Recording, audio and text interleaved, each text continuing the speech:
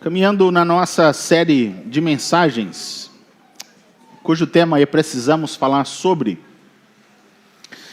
Hoje nós vamos falar sobre convicções. Não sei quais são as suas, mas nós precisamos falar sobre esse assunto hoje.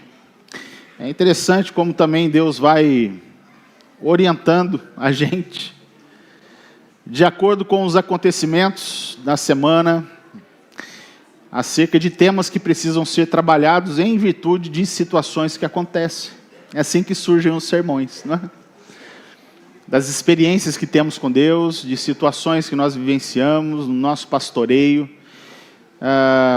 percebendo que em algumas situações elas carecem, elas necessitam de orientação. Aí então surge um tema que nós então recorremos, como sempre, a santa e bendita palavra do Senhor, que é a nossa regra de fé e de prática, para poder trazer, então, assuntos que são importantes da gente considerar. E que sejam sempre assuntos que os irmãos pensem sobre isso. Que não seja somente eu trazendo aqui palavras, apresentando conceitos, textos bíblicos, expondo os textos, e os irmãos indo para casa e começam a semana sem que nada tenha mudado na sua vida. E aí então surge aquela questão, né? Qual foi o tema que o pastor trabalhou? Sobre o que falou? Quais foram as lições que tiramos? Quais foram as reflexões que fazemos? Então, por favor, meus irmãos, que esta noite o seu coração esteja aberto para poder receber essa mensagem do Senhor, da parte do Senhor, e que você possa começar a refletir sobre quais são as suas convicções, quais são ou qual é o fundamento das suas convicções. Nós vamos então recorrer como texto base ao Evangelho segundo o relato de Lucas, capítulo 5, versos de 27 a 32, para falarmos sobre convicções.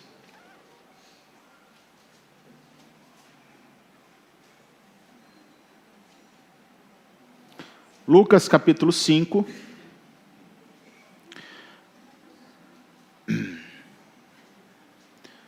de 27 a 32.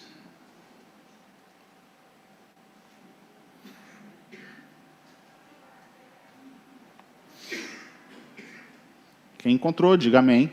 Amém. Quem não encontrou, diga misericórdia. Não, essa piada já não cabe mais, né, irmãos? Diz assim: depois disso, Jesus saiu e viu um publicano chamado Levi, sentado na coletoria, e disse-lhe: siga-me. Levi levantou-se, deixou tudo e o seguiu. Então Levi ofereceu um grande banquete a Jesus em sua casa. Havia muita gente comendo com eles, publicanos e outras pessoas. Mas os fariseus e aqueles mestres da lei, que eram da mesma facção, queixaram-se aos discípulos de Jesus: por que vocês comem e bebem com publicanos e pecadores? Jesus lhes respondeu: não são os que têm saúde que precisam de médico, mas sim os doentes. Eu não vim chamar justos, mas pecadores ao arrependimento. Amém? Convicções, meus irmãos. Precisamos falar sobre isso nesta noite. E começamos considerando que sem ela, ou mesmo com ela, porém privada de bons fundamentos bíblicos, nós cremos que os resultados das nossas escolhas correm sério risco de produzirem no final frutos amargos e consequências irreparáveis. Não é somente ter convicções, é importante tê-las, sem dúvida. Mas não é somente importante termos convicções, é importante saber se as nossas convicções são certas, muito bem fundamentadas. Não é somente isso, mas também saber se você não tem convicção nenhuma. Então precisamos considerar ter convicções, não ter convicções nenhuma, ou ter convicções sem fundamentos. Então é sobre isso que nós vamos refletir nesta noite. E para refletirmos nessa noite, é importante, primeiramente, a gente definir. Isso ajuda bastante a gente a entender o que é convicção. É a ação de convencer. Isto é, ter uma ideia ou opinião sobre algo de modo obstinado, crendo absolutamente naquilo que acredita e transmitindo isso para outras pessoas. Ter convicção é o mesmo que ter a firme certeza sobre algo em que acredita, sendo esta segurança oriunda, ou proveniente, ou advinda a partir de motivos ou provas de natureza particular. Ainda, a palavra convicção, ela pode estar relacionada com aquilo que é considerado um padrão de perfeição, ou seja, as ideias, as crenças, princípios éticos, princípios que baseiam ou norteiam a nossa vida, a vida de alguém. No âmbito religioso, a convicção pode ser entendida ou estendida, entendida mesmo, como sinônimo de fé, visto que a pessoa convicta de Deus, por exemplo, é aquela que tem plena certeza da sua existência. Quando aplicamos esse conceito, essa definição de convicção e associamos isso à questão da nossa fé, à crença em Deus, nós estamos falando sobre algo que consideramos ser o fundamento das nossas vidas e das nossas decisões. Percebem a importância da fé? Tanto, podemos colocar, tanto secularmente, mas também no campo da fé, quando nós estabelecemos um fundamento baseado na palavra de Deus, porque é isso que vai nortear a nossa vida. É a convicção que temos acerca não somente na existência de Deus, porque fé na existência de Deus, até os demônios creem. Não é só crer que Deus existe, mas é reconhecermos Deus como essencial nas nossas vidas. É entregarmos a nossa vida a Ele. Ele nos dá a vida e nós devolvemos a nossa vida àquele que é o nosso Criador. Como eu falei, irmãos, precisamos avaliar sobre qual fundamento nós, portanto, construímos as nossas convicções. E o primeiro fundamento que eu quero destacar nesta noite é o fundamento da verdade. O fundamento da verdade é a base para a tomada de decisões acertadas e resultados satisfatórios. Não tem como nós queremos obter bons resultados no final, sendo que, de repente, o fundamento das nossas decisões, para as nossas escolhas, são as verdades que nós mesmos construímos. O nosso achismo. Não, eu tenho certeza que vai dar certo isso que eu quero fazer. Opa, peraí. Será?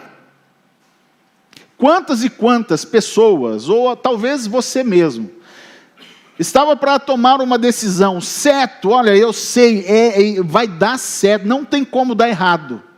Tomou a decisão e no final deu errado. Não vou pedir para levantar a mão para não constranger ninguém, mas talvez você tenha feito isso. É certo, não tem como dar errado. E no final, deu. Não tinha o que fazer. Resultados positivos, portanto, estão condicionados ao fundamento das nossas decisões. Um fundamento mal construído, ele pode comprometer completamente as nossas vidas. Pensa numa construção. Você vai fazer uma construção, quer construir a sua casa, mas a sua casa não tem um bom alicerce. Qual é o resultado final da sua casa não ter um bom alicerce? Vou construir um andar, depois eu quero construir mais um, depois eu quero construir o outro, né, fazer um terraço maneiro para receber o povo da igreja, mas aí você vai ver o fundamento. E aí? Tem como construir? Tem? Não, eu quero colocar 5 andares. Não vai dar certo. Não tem como. Convicção sem preservação de princípios fundamentados na verdade é você assinar um atestado de fracasso. Os irmãos já ouviram falar sobre a lei da semeadura? O que rege a lei da semeadura? Aquilo que o homem planta, ele colhe. Aquilo que plantar, vai colher. Eu plantei abobrinha, vou colher manga. Não tem como. Gálatas 6:7 diz assim: não se deixem enganar. De Deus não se zomba, pois o que o homem semear, isso também colherá. É simples. Plantou coisas boas, o resultado vai ser coisas boas. Fundamento bem estruturado, decisões boas. É isso que vai orientar a sua vida. Sabe qual que é o ponto central disso tudo? É que muitas vezes a gente não recorre ao fundamento da verdade para a tomada das nossas decisões. Como eu disse, a gente acha que a nossa verdade é o que deve prevalecer. É de repente o conselho que você ouviu do seu amigo. Pode fazer isso, não tem como dar errado. Opa, o quê? Como assim? Pastor, me dei mal, ouvi fulano de tal e acabei nessa situação que eu estou aí. Meu amigo, o que o homem planta, colhe. Às vezes nós não damos ouvidos aos sábios, aqueles que podem nos orientar, mesmo orientando alguma coisa que não é tão agradável. A gente fala assim: meu irmão, não faça isso, não vá por ali, cuidado com essas decisões, isso é errado, isso é contrário à palavra do Senhor. Não, mas eu preciso disso. Isso vai ser a mudança de chave na minha vida. Agora eu vou ser feliz como eu nunca fui. Agora sim encontrei o príncipe encantado, a princesa encantada. Agora esse é o caminho para a felicidade. Não faça. Cuidado. Dá um tempo. Repensa. Dê ouvidos. Pastor, não, o pastor não me ama. O pastor não se importa comigo e com a minha felicidade. Estou indo embora. O que o homem semeia, isso ele colhe. A verdade que produz convicção produtiva, positiva, de acordo com o texto que nós lemos, não é ou não está fundamentado num conceito. Falar sobre verdade, nós não estamos falando sobre um conceito, sobre uma filosofia, nós estamos falando sobre Jesus Cristo. Não é religião, não é uma instituição, é uma pessoa. Quando falamos que as nossas decisões precisam estar fundamentado na verdade, nós estamos falando em Cristo Jesus. O que Ele pensa a nosso respeito. O que podemos olhar para a pessoa de Jesus Cristo e os ensinamentos que Ele deixou para cada um de nós e orientar, reger as nossas vidas de acordo com aquilo que Ele deixou. Ah, mas é muito difícil, é um sacrifício grandioso, ninguém vive dessa forma. Será que não? Será que não dá para seguir as orientações? Quais são as dificuldades? O que estamos considerando na balança? Que de repente é algo muito melhor que a gente considera do que a vontade de Deus.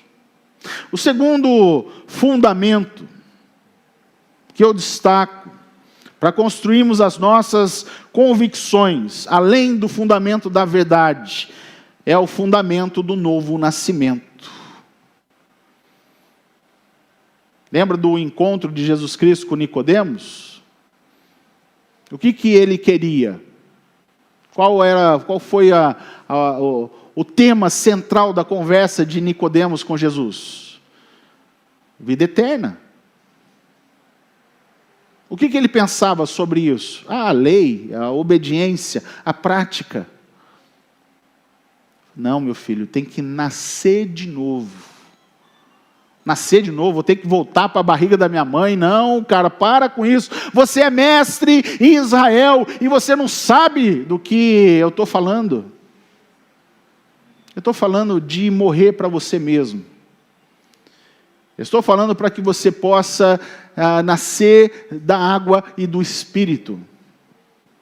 Quem nasce da carne é carne. Quem nasce do Espírito, Espírito. Qual é a dificuldade de você entender isso? Claro que você não vai voltar para a barriga da sua mãe. A questão é que você precisa colocar de lado todos os seus conceitos e preconceitos. Tudo aquilo que você considera como verdade, a sua má interpretação das Escrituras, toda a sua religião, para que você consiga olhar para mim e saber quem eu de fato sou. Eu sou a ressurreição e a vida. Eu sou a porta. Eu sou a luz do mundo. E aí então Jesus se apresenta para ele, se apresenta para a mulher samaritana como a fonte da água viva, e vai se apresentando para várias pessoas, a fim de que as pessoas possam saber que a verdade é uma pessoa, é Ele. E é necessário, não tem como obter o reino dos céus, se não for através do novo nascimento. Morrer para si e viver para Cristo. Quando nós falamos sobre essa graça do novo nascimento, nós entendemos que essa graça, ela é uma graça didática, é uma graça que nos ensina, instruindo-nos a viver de maneira correta a partir das nossas decisões, das nossas convicções sábias. Quando falamos sobre aquilo que Jesus Cristo nos trouxe através da sua própria vida, essa graça manifesta, como Tito mesmo diz, que a graça se manifestou salvadora a todos os homens. Nós entendemos que fala acerca da pessoa de Cristo. E esse favor é um favor que nos ajuda nas nossas deficiências de interpretações das circunstâncias, de coisas que nós nos deparamos. Tito capítulo 2, 11 a 14. É um texto muito importante. O apóstolo Paulo diz assim, ela nos ensina, a graça nos ensina, percebam, em relação às nossas convicções, as decisões que precisamos tomar nas nossas vidas, diante dos dilemas que nós nos encontramos. A graça nos ensina a renunciar à impiedade e às paixões mundanas, e a viver de maneira sensata, justa e piedosa nesta era presente.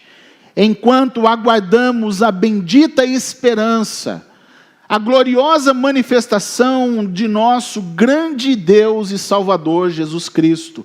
Ele se entregou por nós a fim de nos remir de toda maldade e purificar para si mesmo um povo particularmente seu, dedicado à prática de boas obras. Percebem que nós, como seres humanos que somos, diante de decisões que precisamos tomar nas nossas vidas, nós recebemos dos céus, da graça de Deus, algo que nos ajuda a decidir por algo que é sempre o melhor.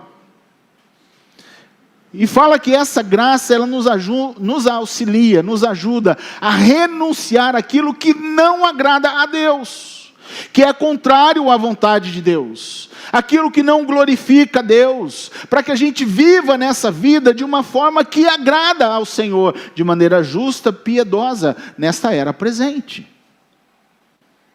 Porque sabemos que não tem nada que possa se comparar àquilo que nos aguarda. Nada que esse mundo tem para nos oferecer é maior do que aquilo que nos aguarda nos céus. Diante de alguma decisão que você está para tomar, será que você conseguiu colocar essa questão? Senhor, olha, eu acho que essa é a decisão mais acertada. Aí chega alguém e fala assim, não é não, cuidado, porque isso daí está indo num lugar meio afastado de Deus. Não vá por aí. Não, mas eu tenho certeza. A graça de Deus nos ajuda a dizer não. Não vou, não quero. Não é por aí que eu vou obter os melhores resultados, espiritualmente falando, para a minha vida. Deus não será glorificado enquanto eu continuar caminhando nessa direção. Um pouco daquilo que a gente conversou na parte da manhã com o Ministério de Louvor. De acordo com o relato de Lucas, nós temos aí Levi. Quem que é Levi? Quem que é Levi? Mateus. Mateus, o encontro ali de Mateus, Jesus com Mateus, está no início ali do ministério de Jesus, quando ele começa então a chamar os seus discípulos. Está formando ali o grupo dos 12. Alguns milagres vão sendo realizados, alguns discursos vão sendo proferidos. O impacto disso é que muitas pessoas começam a seguir a Jesus. Alguns seguem a Jesus só pelos milagres que Jesus oferece, porque de repente Jesus vai então os alimentar numa multiplicação de pães, numa cura realizada, mas pessoas começam a se aproximar de Jesus Cristo. Muitas começam a seguir o Mestre. André, Pedro, Tiago, João, eram o quê? Pescadores, já tinham sido chamados para seguirem a Jesus. No Evangelho de João, temos Filipe e Natanael, começam também a ser introduzidos no grupo dos 12, que vão se tornar os 12. No Evangelho de Marcos e no Evangelho de Lucas, Mateus ali também traz alguns detalhes importantíssimos sobre o seu chamado. E são esses chamados, ou é esse chamado de Jesus aos discípulos e a Mateus, especificamente no texto base que nós lemos, que vai ser então o fundamento da nossa conversa de hoje, do nosso sermão desta noite. E o que a gente pode perceber de imediato no texto é o imediatismo de Mateus ao aceitar de prontidão o chamado de Jesus para segui-lo. Olha só, a gente precisa entender isso. Jesus chamou e ele vai. Deixa tudo e vai. Não há dúvidas, questionamentos, pedido de tempo para avaliação da proposta. não é? Espera aí, Senhor, me apresenta antes disso aí um plano de carreira. O que é que o Senhor tem para mim? Eu quero ver todos os benefícios para poder seguir o Senhor. Porque, afinal de contas, eu quero e preciso de segurança e tranquilidade na minha vida e para a vida da minha família. Não tem isso. Prontidão ao chamado está relacionado à obediência. E isso revela convicção, primeiramente, acerca da pessoa de Jesus Cristo. Segundo, do valor em sermos chamados por Ele para fazermos parte do seu grupo de discípulos. Quem é Jesus para você? Segundo, como que você avalia quando Ele chamou você? Se Ele já chamou você, como que você avalia esse chamado? Talvez você que está aqui ainda não sabe se você foi chamado ou não. Mas eu quero te dizer que nessa noite você vai ouvir o chamado de Jesus falando: vem e me segue. Para de seguir por um caminho distante, longe de mim. Ou só está no grupo da multidão, só esperando um benefício geral, quem sabe. Não, eu quero que você venha e me siga de perto. E aí vem a pergunta: por que Mateus e os demais discípulos abandonariam as suas vidas, as suas carreiras, as suas famílias para seguir a Jesus? Por que ele deveria fazer isso? Talvez você nunca parou para avaliar isso. Jesus chama a quem ele chamou. Naturalmente ele vai falar assim: que benefício tem em seguir o Senhor? O que o Senhor tem para me oferecer? O que teria, portanto, Jesus para oferecer que os fizesse então segui-lo sem considerar qualquer questão de ordem pessoal, sem colocar família, sem colocar a questão da sua vida profissional? E aí? Por que quando Jesus chamou ele não considerou absolutamente nada, simplesmente abandonou as suas coisas e passou a seguir a Jesus? Por isso que é importante a gente dar continuidade no texto. E no verso 27, mais uma vez na leitura, diz assim: depois disso, Jesus saiu e viu um publicano, viu um publicano paralítico, eu estou na cabeça a aula da IBD de manhã, e viu um publicano chamado Levi, sentado na coletoria, e disse-lhe, só isso, Jesus não tem mais nada para falar, nem um belo discurso, nem uma boa oratória, só chega para a pessoa e fala: me segue. Opa, que isso? Ele era um publicano, um coletor de impostos. Os publicanos eram cobradores de taxas e impostos a serviço do Império Romano. Ele era romano? Era quê? Judeu, ou seja, ele era um traidor da sua pátria. Era um judeu trabalhando para o governo opressor. Essa classe de trabalhadores era então desprezada pelos demais judeus, que os reputavam praticamente como traidores do seu próprio povo. O que ele deveria pensar para aceitar uma proposta de ser um funcionário público? Eu vou pensar no meu bolso. Eu quero pensar na minha vida profissional, em ter aquilo que eu sempre sonhei. Mas para isso você vai ser odiado pelo seu próprio povo. Pouco me importa, não importa o que eu faço. Não importa. Eu quero pensar na minha segurança financeira.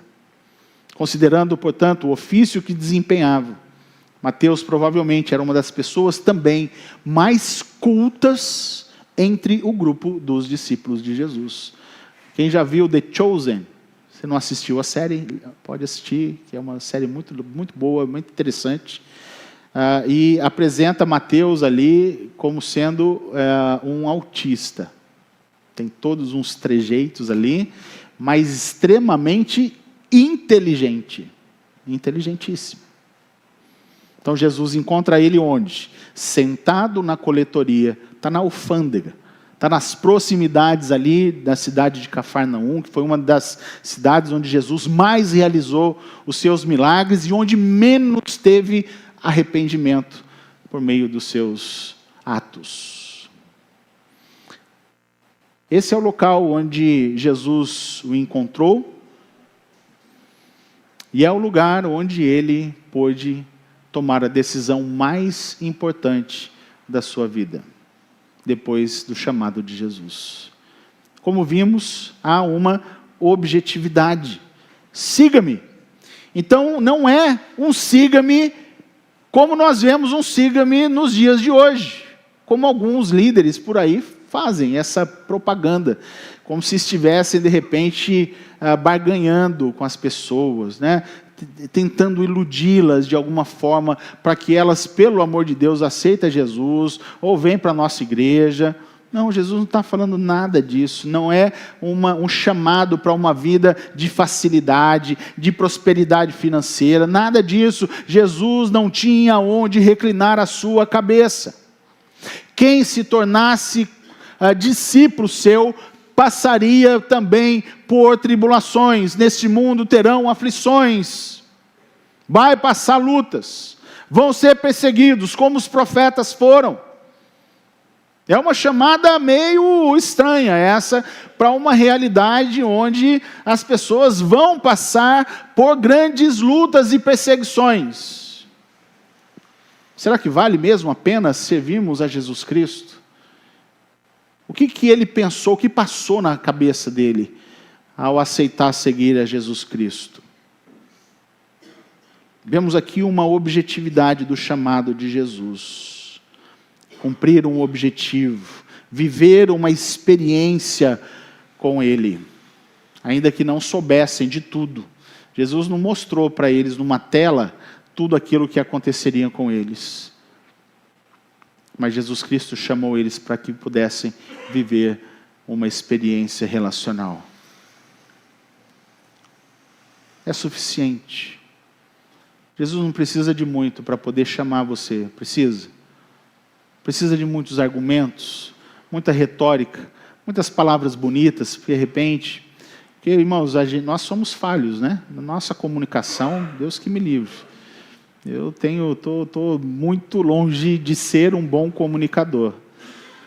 Mas o que mais importa é a gente apresentar quem é suficiente.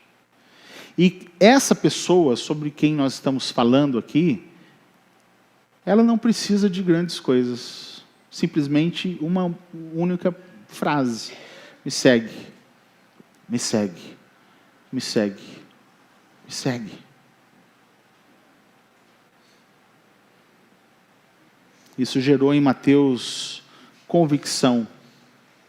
Jesus não precisa explicar absolutamente nada para ele. Ele simplesmente decide abandonar tudo e seguir a Jesus Cristo. Não suplicou que ele pudesse abandonar a coletoria de impostos, abandonar a sua vida profissional, os seus projetos, nada disso, só seguir a Jesus. Ainda que você continue a viver a sua vida profissional, pessoal, só segue a Jesus. Fundamente as suas decisões, as suas convicções em Cristo. E continue fazendo o que você está fazendo, mas seja um seguidor de Jesus. Isso vai fazer toda a diferença na sua vida. Mesmo uma mensagem simples, ela tem um peso grandioso nas palavras do nosso Salvador. É eficaz para mudar a sua vida. Basta que você siga a Jesus. Não apenas vemos uma objetividade do chamado, vemos uma prontidão ao chamado. Levi, no verso 28, diz: Levi levantou-se, deixou tudo e o seguiu. Ele lidava com o que, irmãos? Dinheiro. Deixa tudo. Nada mais importa. Não foi isso que a gente cantou? Nada mais importa, nada se compara. Será? Será que quem canta entende que nada mais importa quando o assunto é seguir a Jesus Cristo? Ou ainda há questões que balançam a gente, que a gente ainda tem dúvidas. Será que Jesus é suficiente?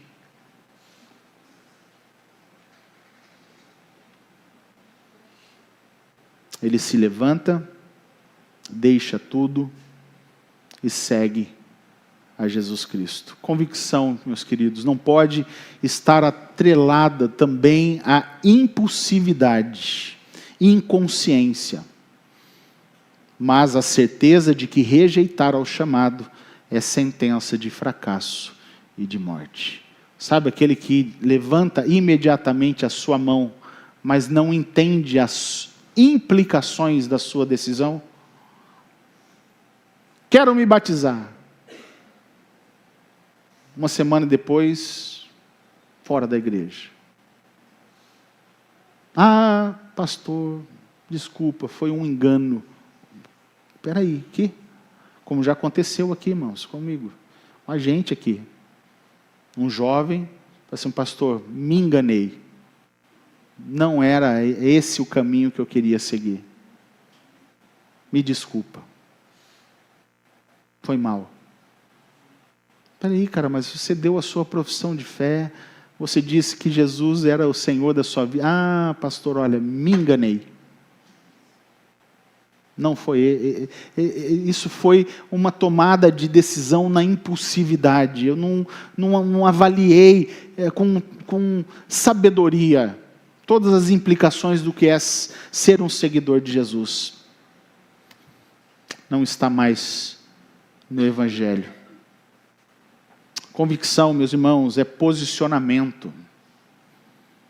Lembra que eu falei sobre o fundamento? É se posicionar. A nossa fé nos leva a decidirmos a quem queremos servir. Lembra o texto que fala que nós não podemos servir a dois senhores? Lembra do texto? O princípio ali está falando sobre a questão do dinheiro, do amor ao dinheiro. Mas isso é aplicável a todas as áreas da nossa vida, quando nós nos deparamos com algumas coisas que querem roubar a nossa fidelidade. Não é só o dinheiro, são outras coisas, outros prazeres, outras inclinações, outras coisas que preenchem a nossa vida. Aí não pode cantar a música que a gente cantou, que nada mais importa. Jesus é o centro. Jesus nunca foi o centro. Será que não foi um engano? Quem é Jesus para cada um de nós? Quando é que de fato Jesus se tornará o centro absoluto das nossas vidas? Como fruto dessa convicção salvadora. O verso 29 diz assim: então Levi ofereceu um grande banquete a Jesus em sua casa. Havia muita gente comendo com eles, publicanos e outras pessoas.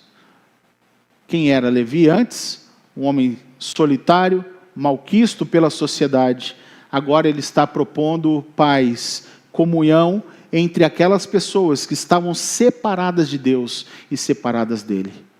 Quem agora ele vai querer perto dele? Primeiro Jesus Cristo. Depois outras pessoas. Agora essas pessoas que antes me odiavam, agora eu quero perto de mim.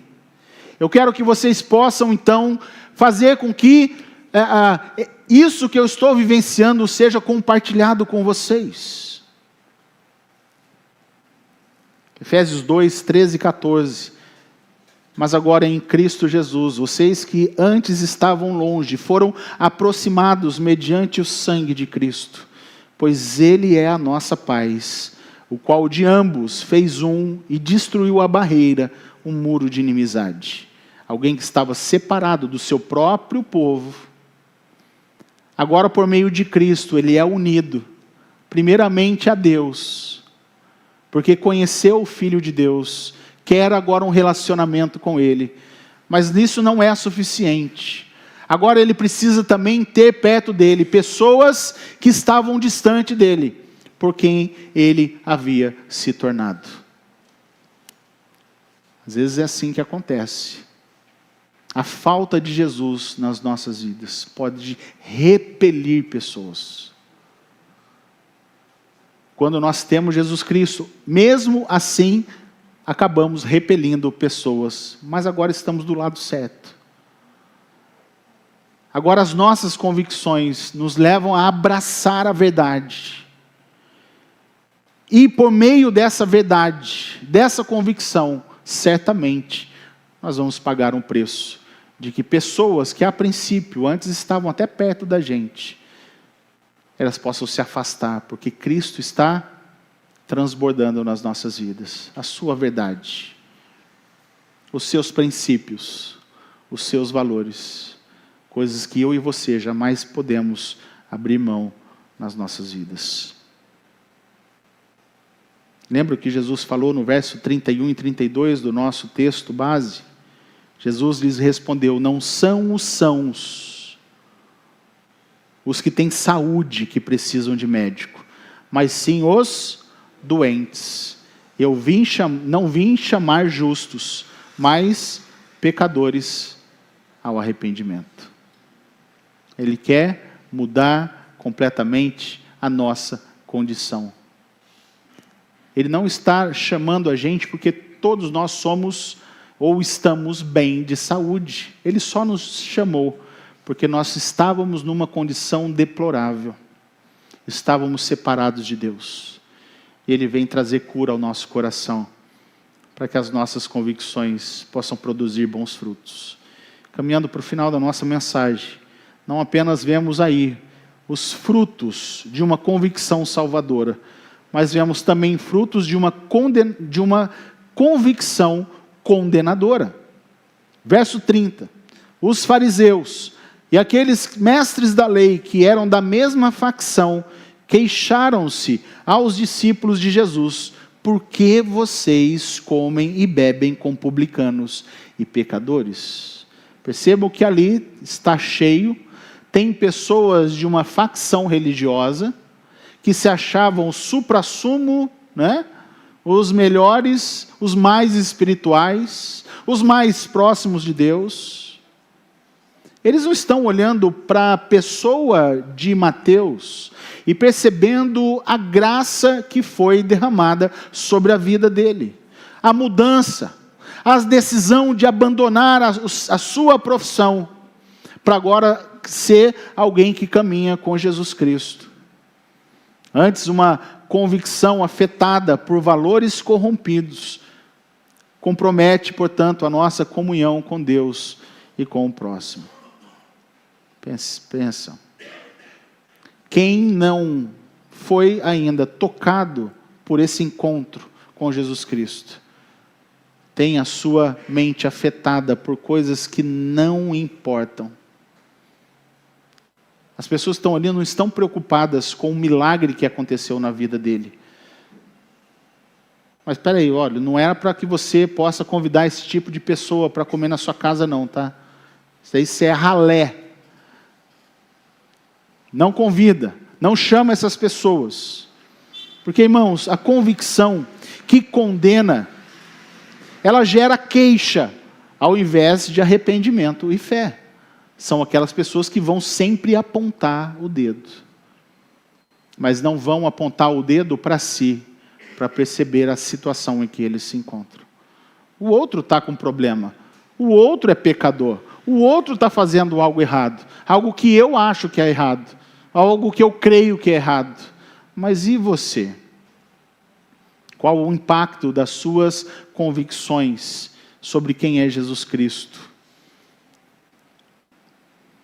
Esse tipo de convicção está fundamentada em incredulidade, a qual conduz a decisões equivocadas para o presente, para o futuro e para a eternidade. Lembra como eu comecei a nossa mensagem nesta noite, perguntando para você o fundamento das suas convicções. Isso faz toda a diferença para a sua vida hoje, para a sua vida amanhã e para a eternidade. Decisões tomadas sem convicções, boas convicções, um bom fundamento, vai trazer implicações para a sua vida de forma negativa.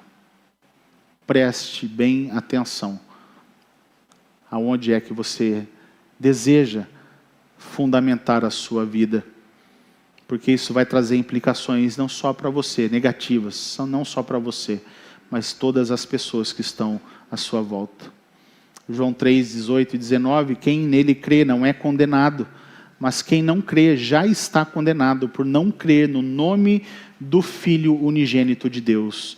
Este é o julgamento. A luz veio ao mundo, mas os homens amaram as trevas e não a luz, porque as suas obras eram más. Por que há tanta rejeição quando o assunto é Jesus Cristo? Porque as pessoas ainda rejeitam a Jesus Cristo. Eles amam mais ao quê? O que eles amam? Amam a si próprios. Amam a si. Estão preocupados com o que eles vão perder se aceitar Jesus Cristo. Se reconhecer Jesus Cristo como o único e suficiente Salvador das suas vidas. A única fonte. Não, eu preciso de mais uma. Eu preciso de um namorado, eu preciso de uma namorada. Eu preciso de um marido, eu preciso de uma esposa. Eu preciso de um trabalho. Eu preciso disso, eu preciso daquilo. Todas essas coisas são aquilo que eu creio trazer para mim, que vão trazer para mim a segurança e a felicidade que eu preciso. Aí Jesus olha para você e fala assim: eu sou a única fonte que pode trazer para você o que de fato você precisa. Não o que você quer, não o que você acha. Essa noite é uma noite de decisões, de convicções, do estabelecimento das suas convicções, tendo a palavra de Deus como fundamento, para que você esteja certo, sem dúvida. Quando alguém chegar para você e fazer uma proposta indecente, você vai falar assim: não aceito, não quero, não é isso, Deus não quer isso para mim. Mas você vai perder isso, nada mais importa, nada se compara ao meu Deus. Felicidade somente com Cristo. Sem Ele, não importa o local onde eu estarei, onde eu estou, não importa. Eu posso estar debaixo da ponte, mas se Jesus estiver comigo, nada falta. Posso ficar sozinho, sem ninguém. Se Deus estiver comigo, eu estou seguro. Só Ele não pode me faltar. Por isso que o salmista diz: o Senhor é meu pastor, não só nada me faltará, Ele não me falta. Porque Ele é a fonte do suprimento. Nada falta porque Ele não falta.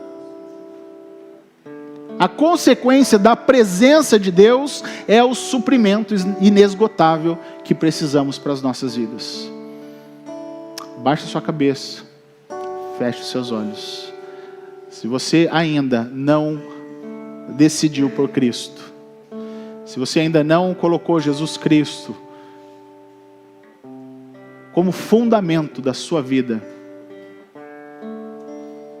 essa é a hora, é hoje é o dia. Não deixe para amanhã, porque o amanhã nós não temos governo sobre ele.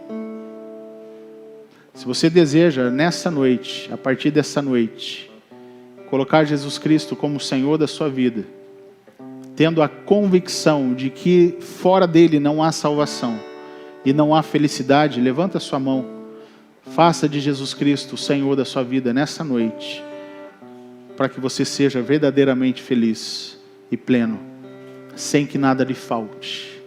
Alguém nessa noite que ainda não tomou essa decisão? Nós temos muitas pessoas que já aceitaram Jesus, mas talvez tenhamos algumas pessoas aqui hoje que ainda não tomaram essa decisão, e estão segurando isso até onde acham que conseguem seguir ou segurar isso. Mas Jesus está batendo a porta. E Ele diz: eis que eu estou à porta e bato. Se você ouvir a minha voz e abrir o seu coração, aí é onde eu vou me tornar Senhor da sua vida. Há alguém nesta noite que deseja aceitar a Cristo? Levante a sua mão. Eu quero orar por você. Eu quero me alegrar com você. Alguém? Senhor, o Senhor conhece tudo. O Senhor conhece todos. O Senhor sabe como andam as nossas convicções, qual é o fundamento das nossas escolhas, das nossas decisões. O Senhor sabe quantas vezes nós erramos